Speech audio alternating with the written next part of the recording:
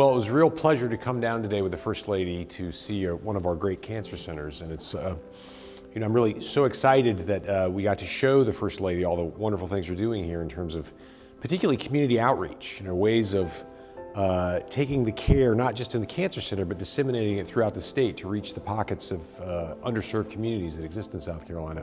One of her priority areas is particularly around cancer care, in addition to military families and education. One thing she's really embraced is this idea of recovering from the pandemic in terms of cancer screening. So, getting those missed mammograms and pap smears and lung cancer screening and colonoscopies, getting those things done.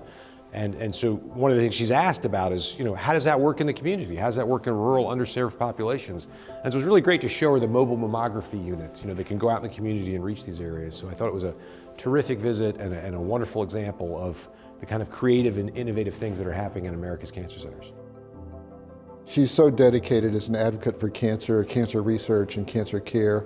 And this pandemic has really put a damper on not just regular screening, but for the underserved communities that we send the unit to, it just completely shut that down. As Marvella said, in most of the communities, 80% of the women, when they're surveyed, they said they really wouldn't have had an opportunity for a mammogram had it not been for the mobile unit. So we've got to use it to its max. We're talking about a lung cancer screening operation as well. It's a heavy amount of smoking in this population.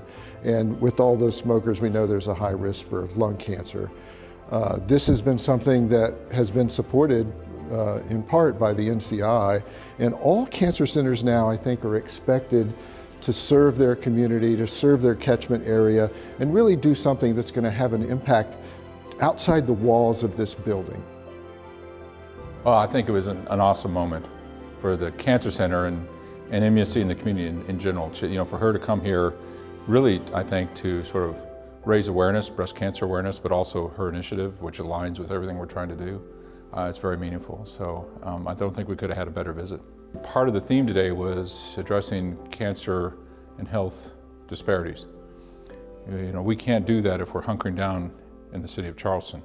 Having a statewide reach, the Cancer Center is now starting to look at what we can do to start to have a positive presence in local communities, underserved and rural areas. So we grow together. The enterprise and the Cancer Center grow together, and it's a great synergy. So for her to come here and be part of that and share a moment is incredibly significant.